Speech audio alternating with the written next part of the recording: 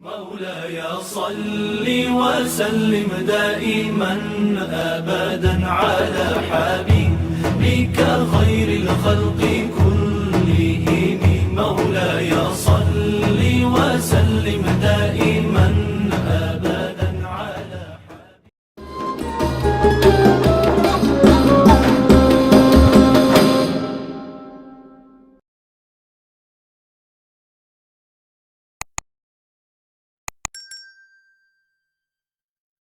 Itu adalah cara atau alternatif lain yang kita lakukan untuk bisa melaksanakan sholat.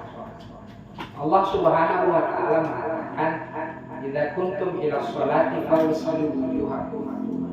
Jika kalian mau sholat, basuhlah muka kalian. Inilah dalil yang wajibkan kita sebelum melaksanakan sholat itu kita harus berwudu. Mensyariatkan adanya tayamum agar kita bisa melaksanakan sholat. Di tayamum itu adalah alternatif. Tahu gak sih itu alternatif? Alternatif itu jalan lain atau cara lain untuk bisa melaksanakan sholat, pengganti wudhu dan mandi wajib atau menghilangkan hadas. Jadi kalau ada yang mengatakan tayamum bisa tidak menghilangkan hadas, bisa. Kalau Anda dalam keadaan junub, itu artinya Anda berhadas besar. Hadas besar itu adalah ma'aujabal ghusla, sesuatu yang mewajibkan kita.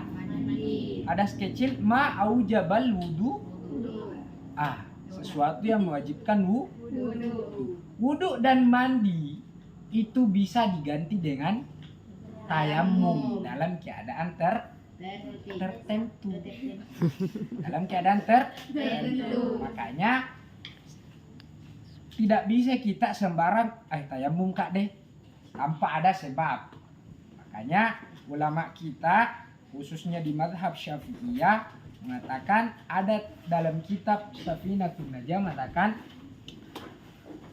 sebab tayamum itu ada 3. Pertama, faqdul ma', tidak ada air. Jadi kalau tidak ada air, karena air itu adalah alat utama yang kita pakai untuk bersuci, maka kita boleh bertayamum. Tayamum pakai apa? Pakai debu. Kalau beberapa pandangan imam mazhab yang lain, contohnya kalau mazhab Malikiyah itu semua hamparan. Jadi kalau bajumu terus terang terus lampu Philips, saya itu kalau sedang sakit, kalau saya mau tayamum pakai baju, bukan pakai baju, tetap pakai baju kuku pakai bertayamum begini. Ambil di sini kak. Nggak percaya kok kalau ada debunya, lihat mi tondongmu pakai baju putih kok, kaligrafi di sini. Itu tandanya itu pendapatnya mazhab Imam Ali. Tapi kalau Imam Syafi'i itu harus pakai debu, biturobin, pakai tanah yang mengandung debu. Ada saya punya teman namanya Daim dulu di asrama 1. Beliau saking mengamalkannya ini, padahal beliau dalam keadaan sakit pada saat itu, beliau pergi di pinggir-pinggir At-Taqwa itu ada situ sedikit tanah, beliau pakai tanah. Saking tapi dia mau mengamalkan ilmunya. Tapi pada saat keadaan tertentu kita bisa taklid ke imam tanpa kita bahasa kasarnya sewenang-wenang lah. Itu nanti kalau kalian pergi di Arab atau pergi haji, di Arab itu kalian Syafi'i di sini, di Arab nanti pasti kalian Maliki. Kalian pasti pakai Maliki. Di Arab itu kalau bersentuhan tubuh, bersentuhan kulit dengan kulit, perempuan dengan laki-laki hukumnya tidak batal wudunya. Kalau di Indonesia batal wudunya. Ada penghalang, tidak ada penghalang kalau di Arab. Tetap tidak batal kalau tidak ada syahwat. Itu pendapat Imam Malik. Jadi dalam keadaan tertentu kita bisa taklid. Taklid itu artinya mengikut ya, mengikut ke salah satu imam. Terkait pertanyaan yang muncul tadi, sebab tayamum itu pertama fakdul ma, tidak ada air. Yang kedua marad, sakit. Jadi orang sakit itu diperbolehkan untuk bertayamum. Jangan sampai dia sakit, kan ada tuh biasa sakit yang tidak, jangan sakit-sakit yang di rumah sakit deh, sakit-sakit di rumah saja orang tua kita larang untuk mandi. Saking tidaknya sakit itu tidak boleh kita kena air, dan pada saat itu kita boleh bertayamum karena kita wajib sakit. Selama Anda hidup, Anda wajib melaksanakan sholat. Sakit atau sehat, tua atau muda, tetap wajib melaksanakan sholat. Apa tadi pertanyaannya, moderator? Coba sebutkan. Saya lupa. Apakah sarang laba-laba bisa dipakai untuk bertayamum? Sarang laba-laba apakah bisa dipakai untuk bertayamum? Kalau pendapat mazhab Syafi'i itu tidak diperbolehkan. Ayakuna biturabin, harus pakai tanah. Kalau menurut mungkin pendapatnya mazhab Imam Malik, sarang laba-laba, mohon maaf ya saya belum melek ke situ. Tapi kalau khusus mazhab Imam Syafi'i harus pakai tanah. Biasanya kalau saya pakai kalau saya sakit itu pakai baju ya, atau pakai sarung. Harus bukan musta'malah, dipersyaratkan itu yang sudah dipakai tidak boleh dipakai lagi. Artinya kalau sudah aku ambil di sini, tidak boleh ambil di sini lagi. Kita di sini atau di sini. Itu namanya sebuah hamparan. Biar begini, biar di tembok, salah. Lanjut pertanyaan selanjutnya lagi. Apabila anjing bisa dijalan? Begini. Persyaratannya itu juga yang boleh mensyaratkan kita bertayamum itu adalah selain dari tidak ada air dan sakit, yang ketiga adalah wal ihtiyaju ilaihi.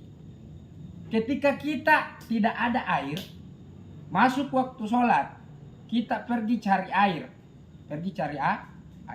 kita dapat air sebanyak aquale mineral yang tengah. Aquale mineral yang tengah itu kan tidak terlalu banyak dan tidak terlalu sedikit. Artinya ya biar nih aqua le mineral paling kecil deh, yang 2000 itu yang enggak tahu kalau di koperasi berapa harganya. 2000 kayaknya di luar 2000. Apa namanya lagi, pada saat itu air yang sebanyak atau sesedikit itu boleh Anda pergunakan untuk berwudu. Tapi di saat yang bersamaan Anda butuh terhadap air tersebut. Capek kopi cari air, haus sekali kok. Kalau ndak mau minum bisa kok, mending kau minum, bertayamum kok. Tidak masalah. Atau ndak capek kok, piku cari air masih kuat kak. Tapi ada yang butuh terhadap air tersebut, seperti ada hewan atau yang lain yang membutuhkan air, itu diperbolehkan kita mempergunakan air tersebut untuk sesuatu itu dan kita bertayamum. Pertanyaannya Rara, apakah di kitab ini dijelaskan sesuatu yang tidak dihormati itu tidak usah kita kasih air, kan? Seperti anjing yang galak, anjing crazy lah, anjing gila. Itu yang pisau konyol, itu namanya anjing gila. Anjing yang gila dalam kitab Safinatun Najah disyarahkan dalam Kasyifatus saja, itu la khilafa, tidak ada perbedaan pendapat bahwasanya anjing yang seperti ini itu tidak dihormati. Artinya semua ulama mengatakan tidak dihormati. Kalau tidak gilai, kalau tidak gilai itu tidak ada perbedaan bahwasanya anjing itu dihormati. Anjing itu ngerti gak sih? Artinya kalau tidak gilai, kemudian dia butuh air, mending kita kasih air daripada kita pakai berwudu, kita bertayamum. Karena yang dipersyaratkan di situ yang tidak dihormati itu adalah anjing yang gila. Anjing yang gila. Tidak boleh kita kasih air. Mending kita pakai air itu untuk berwudu. Berwudu. Pertanyaan kalau tidak gila, kalau tidak gila kasih itu air karena cacat. Haus sekali itu anjing. Kemudian anjing itu bukan anjing gila. Lebih baik Anda bertayamum karena anjing tersebut termasuk dihormati, bukan tidak dihormati. Beda kalau anjing gila, itu anjing gila tidak dihormati. La khilafah, tidak ada perbedaan bahwasanya anjing tersebut tidak dihormati. Pertanyaan selanjutnya, Apakah bertayamum bisa menghilangkan hadas? sudah. Jadi pengganti wudu itu, tayamum itu sebagai pengganti wudu dan mandi besar. Wudu itu sesuatu yang darinya kita berhadas kecil, kita harus wudu. Artinya kita berhadas besar, kita harus mandi. Itu bisa ditutupi dengan tayamum. Kira tidak masalah. Lanjut. Bagaimana niat tata cara? Bagaimana ini niat dan tata cara tayamum ini urgen kita pelajari karena banyak yang tidak tahu tuh, memang apalagi di masyarakat itu tidak tahu, hanya tahu doang namanya tayamum. Coba survei ini, cari tahu kok di masyarakat kalau pulang kok di kampung-kampungmu nanti kayak ke orang-orang gimana cara tayamum, nggak tahu itu Pak.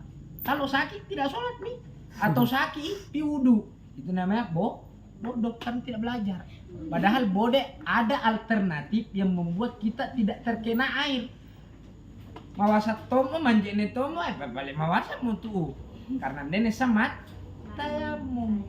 Jadi cara tayamum pertama, ayakuna bidorbata ini dalam kitab ini disebutkan harus 2 kali, tapi boleh tetap harus 2 kali. Gini caranya yang tanya tadi Ustaz satu, perhatikan. Ini pada saat di sini itu kita sudah mulai lihat sampai ke wajah, bukan muka, wajah. Wajah itu sini, itu namanya wajah.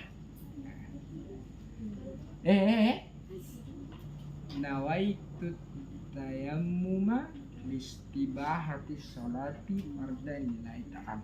Sudah 1 kali. Dari tata cara tayamum itu ada 2. Ini baru cara pertama.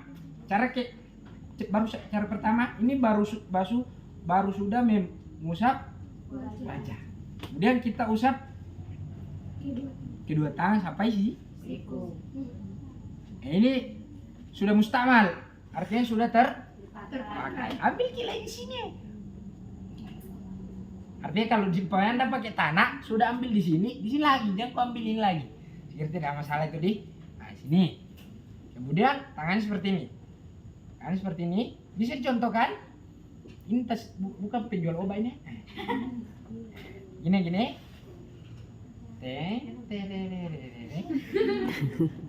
Ini kan belum saya usap di sini ya. Perhatikan. Ini belum saya usap. Nanti saya usap kembali nanti. Belum saya usap bagian sini. Artinya harus saya usap nanti karena seluruh tangan sampai siku harus terkena semua. Ini caranya. Sampai siku. Terus dibalik naik. Gini. Artinya ini dapat mengusap sampai sini. Mengusap sampai sini, naik lagi. Kata pemateri tadi jangan dipotong, sambung. Sudah sini, sambung. Lakukan hal yang sama. Lakukan hal yang sama pada saat Anda mengusap tangan kanan Anda.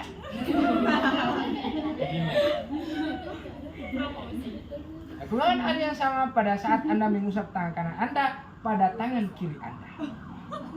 Sudah sampai sini terakhir. Sudah. Itu cara pertama. Itu cara bertayamum. Ada 2 caranya, itu cara pertama. Cara kedua, tetap berniat jangan lupa niat. Nawaitu tayammum istibahati sholatil fardhu. Artinya tetap harus terkena semua wajah. Ini kita real testimoni. Ini belum saya gunakan kan? Belum saya gunakan. Sudah miku pakai ini. Tidak bisa miku pakai ini, lain nanti mengusap. Kedua, tetap lakukan hal yang sama. Sudah. Jangan kau lagi sambungi. Ambil lain kok. Tetap 2 kali. Kalau enggak mau kok mas sambung, ada. Selesai. Sudah. Caranya. Jadi 2 kali caranya.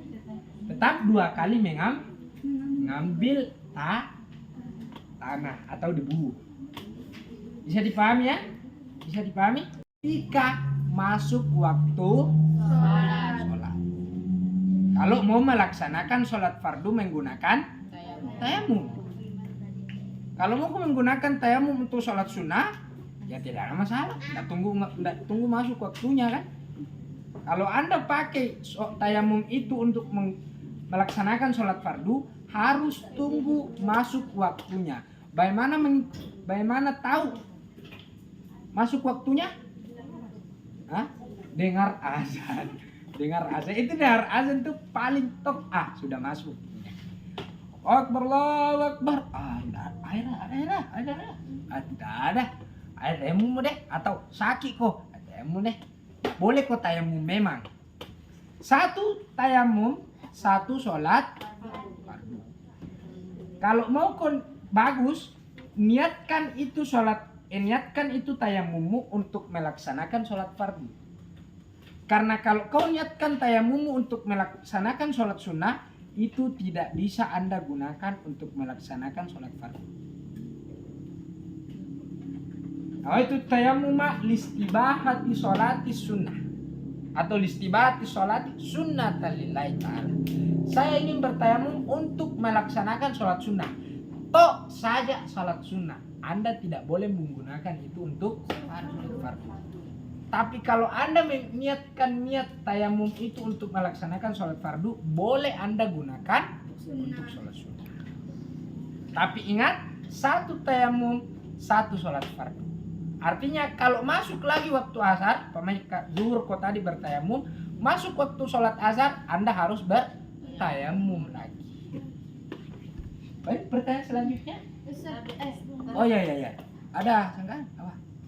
Ada. Biasanya kalau kita ambil debu itu terlalu banyak. Terlalu banyak kan? Biasanya kalau begini. Terlalu banyak. Makanya disunahkan seperti ini. Supaya rak-bas ilau sico. Rak-bas ilau sico. Capu mani ini makor serupamu. Itu saya kira tidak ada masalah. Biar tidak begini kowe, biar langsung begini. Baik, juga pemateri tadi dalam menjawab menjawab pertanyaan itu ambigu. Orang yang melakukan zina karena orang yang melakukan zina yang sudah menikah. Yang sudah menikah itu banyak sekali himpun. Entahkah dia artinya sudah akad, entahkah dia bercerai atau dia masih dalam ikatan pernikahan, itu namanya orang yang sudah menikah. Tapi yang dimaksud di sini pezina muhsan adalah orang yang masih dalam ikatan pernikahan melakukan zina. Itu namanya zina muhsan. Zina itu terbagi jadi 2 dalam agama. Itu zina muhsan dengan ghairu muhsan. Zina ghairu muhsan itu adalah orang yang tidak terikat dalam ikatan pernikahan kemudian dia melakukan zina. Itu namanya zina ghairu muhsan. Perbedaannya apa Ustaz? Hukumannya. Ada yang dirajam, ada yang dicambuk. Mana yang untuk rajam? Mana yang itu rajam adalah orang yang zina muhsan. Artinya dia dalam ikatan pernikahan, hukumannya nanti dia dirajam. Rajam itu apa Ustaz? Dikubur sampai kepalanya saja kelihatan, baru dilempari batu sampainya di mata, meninggal. Nah, itu hukum Islam seperti itu. Lanjut lagi, habis ini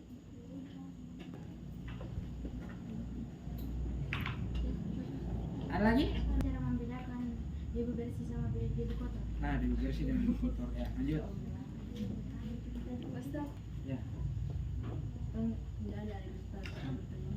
Tapi sholat itu sebentar sholat apa hujan? Oke, lanjut. Sejauh mana Ki mencari air? Apakah sampai Ki ke Pinrang atau sampai ke Mamuju? Oh, tidak seperti itu.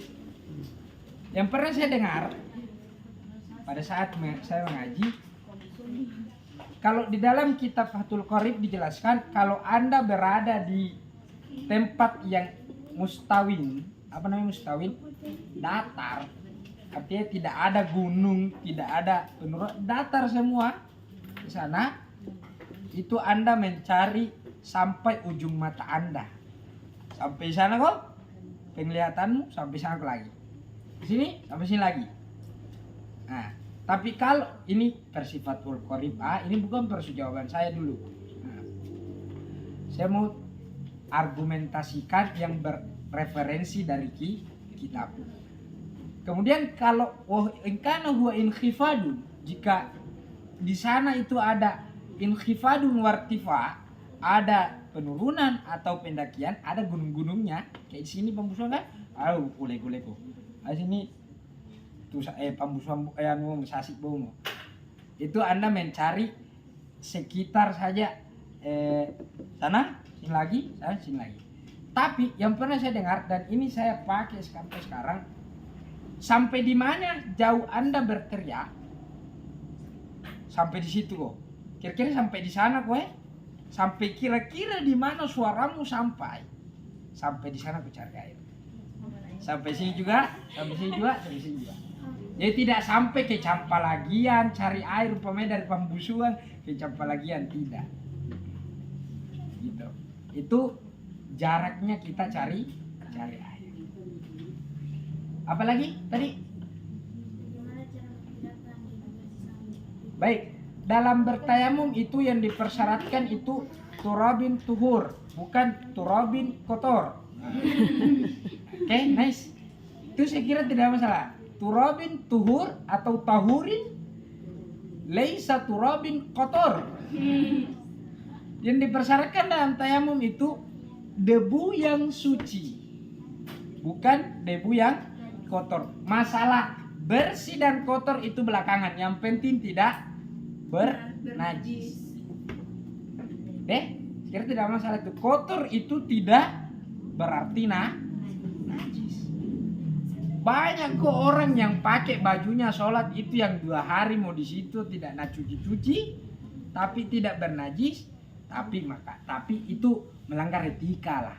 Pada saat Anda mau pergi bertamu di rumahnya orang pakai outfit luar biasa sekali, pada saat Anda mau berhadapan dengan Allah, Anda pakai baju yang 2 hari yang tidak Anda cuci, yang naruni mau lali, Anda pakai untuk sholat. Itu Anda melanggar etika. Itu namanya adab namanya. Adab bukan etika. Itu moral ya, akhlak. Bahasa agamanya akhlak. Terus bagaimana Ustaz kalau tidak ada air? Tayamum pada saat sholat hujan, mati minta tahu. Kalau Anda masih dalam keadaan sholat, gini, arti asap bagaimana? Apa yang Anda ketahui kalau saya mengatakan Anda masih dalam keadaan sholat? Anda belum assalamualaikum. Biar rakaat terakhir moko tapi belum pokok assalamualaikum, itu namanya Anda masih sholat. Ngerti gak? Ketika Anda masih sholat, kalau tiba-tiba hujan, batalkan. Ikuhu. Tapi kalau selesai moko, jangan ambil. Kalau selesai moko, cabut. Satu pertanyaan lagi. Sebelum kita intaha wa menggunakan air itu dapat mengancam anggota tubuh kita yang terkena air. Contoh, saya pas sudah kecelakaan kemarin terus terang, ini kakiku masih ada bekasnya. Kasihan. Daripada mukaku juga sih, daripada kaki saya kalau terkena air lama sembuhnya. Punya. Karena ini membutuhkan kering, pengganti dari wudhu, atau pengganti wudhu keseluruhan. Perhatikan ya, ini jarang tuh orang dekat. Tayamum adalah pengganti dari wudhu keseluruhan atau pengganti iwad, pengganti anggota tubuh yang wajib dibasuh pada saat wudhu. Terus terang saya juga melakukan itu pada saat saya kecelakaan kan kaki saya kok dong, kakiku. Kakiku ini masih ada bekasnya kok Saya tidak cuci kaki saya, tapi saya cuci yang lain. Saya cuci yang lain, anggota tubuh yang sehat. Cuma kakiku sakit. Anggota tubuh kaki ini wajib dibasuh karena dia merupakan rukun wudhu. Apa-apa kalau telinga, karena telinga itu bukan rukun wudhu. Yang apa-apa itu kalau dia termasuk rukunnya wudhu yang harus dibasuh. Caranya gimana? Caranya gini.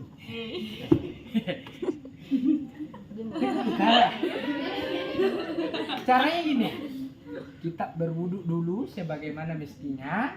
Itu dua rabbil hadasil aswar fardalillahi ta'ala. Amin. Pada saat mau mencuci kaki kanan, karena kaki kanan adalah kaki yang luka. Iya begitu. Harus dulu dicuci kaki yang kiri. Cuci dulu kaki yang kiri karena kaki kiri itu sehat. Caranya, pada saat mencuci kaki kanan yang sakit, Anda bisa tidak mencucinya dengan mengganti bagaimana Ustadz bertemu kaki kita disapu? Bukan, Anda bikin syariat baru itu namanya. Tetap Anda mengusap wajah Anda dengan tangan Anda dengan niat mengganti membasuh kaki Anda. Jadi wudhu itu saya katakan tadi, tayamum itu pengganti wudhu secara keseluruhan. Memang dia tidak saya seperti orang yang demam kan, pale-pale lopa itu manarwai, itu dia bertayamum, itu pengganti wudhu secara keseluruhan. Kalau yang kasus tadi, anggota tubuh yang wajib terkena air pada saat wudhu, dia ganti dengan tayamum. Itu juga fungsinya tayamum. Selain dari pengganti wudhu secara keseluruhan dan mandi besar.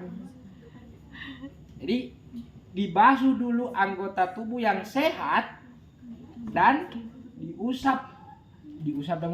diniatkan bertayamum untuk mengganti membasuh anggota tubuh yang luka.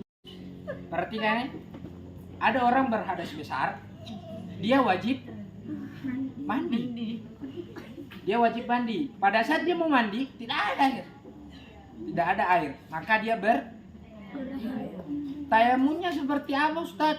Tayamumnya seperti biasa, tidak ada yang luar biasa. Seperti itu Ji. Tetap pakai mengusap dua wajah dengan mengusap dua tangan. Ngerti? Tapi niatnya diganti nih. Niatnya. Iya. Niatnya. Nawaitu tayamum. Enggak, sama. Enggak diganti niatnya. Begini, tayamum itu dilakukan untuk memperbolehkan kita listibahati untuk memperbolehkan kita melaksanakan sholat. Entahkah kau taruh fardhon atau sunnah. Fardhon dan sunnahnya itu tergantung sholat yang Anda mau laksanakan. Jadi tidak masalah. Tata caranya sama, niatnya sama. Nawaitu tayammuma listibahati sholati, untuk memperbolehkan sholat. Ada pernah bertanya kepada dosenku seperti ini, Ustaz, kalau kita mau tayamum karena kita berhadas besar, Ya. itu kan alternatifnya kita bertayamum. Ketika saya mau sholat karena tidak ada air, Ya. apakah saya harus tayamum ulang? Kata beliau mengatakan tidak. Tayamum yang Anda gunakan, yang penting masih dalam waktu masuk di waktu sholat Tayamum yang Anda gunakan untuk menghilangkan hadas besar Anda, itu bisa juga Anda pakai sholat. Kenapa? Kita garis bawahi listibahatis sholati, untuk memperbolehkan kita melaksanakan sholat. Itu harus 2 kali. Yang penting tayamum tersebut dilakukan dalam waktu sholat. Karena itu juga berlaku untuk sholat fardunya. Udah. Kalau misalkan ini tak luka, apakah kita juga luka kan? Tidak bisa dikasihkan air Ustaz. Nah baru kira-kira pakai air. Bagaimana caranya itu di tayamum Ustaz? Satu luka, satu tayamum, atau dikasih satu masuk? Tak boleh, tetap 2. Karena untuk diganti ini, Kayak saya dulu 2 kali. Tayamum ke mukaku juga hancur dulu. Muka aku pikir sini, baru kakiku juga. Kali kan. Ku cuci dulu yang sehat. Yang sehat artinya tidak luka. Yang lukanya kurasakan. Artinya nanti saya tayamum. Air jangan dipendam. Nanti saya tayamum. Sementara karena tidak adanya Sholatnya diganti juga. Sholatnya diganti juga. Kalau cebo kalau cebo artinya kalau dia berhadas Hadas besar. enggak, hadas kecil gara-gara tahi. Itu kan orang yang sholat seperti itu, Anda pakai tisu, pakai batu itu 98% tidak bersih. Perindah Pak. Pasti tidak bersih. Bersih. Makanya kalau Anda sholat pada saat itu, artinya ya semaksimal Anda dulu, kayak rasa kok tidak ada mie, tapi yakinlah masih ada. Tapi pada saat keyakinanmu itu hadis biar mitori. Nama apa itu air? Bisa kok tayamum sholat ganti. Tapi kalau tayamum sholat seperti sakit, tidak usah diganti. Dia sholat melaksanakan tayamum karena dia sakit, tidak bisa mempergunakan air. Sholat itu tidak usah diulang. Karena dia ma'fu. Dia ada uzur untuk tidak mempergunakan air. Beda yang tidak ada air harus diganti. Iya. Kira tidak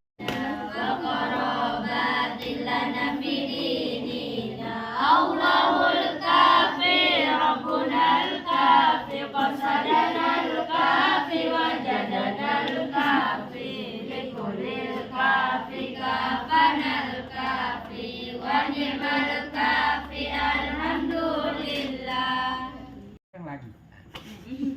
Kalau ada yang saya ucapkan itu tidak sesuai, pemain kalau kalian nanti sudah hebat atau apalah, kalian dapatkan, oh ini berbeda ya dengan ucapan Ustaz Tasbih dulu, itu murni dari kesalahan saya. Tapi kalau ada yang sesuai, ya alhamdulillah, saya dapat pahala. Nah, assalamualaikum.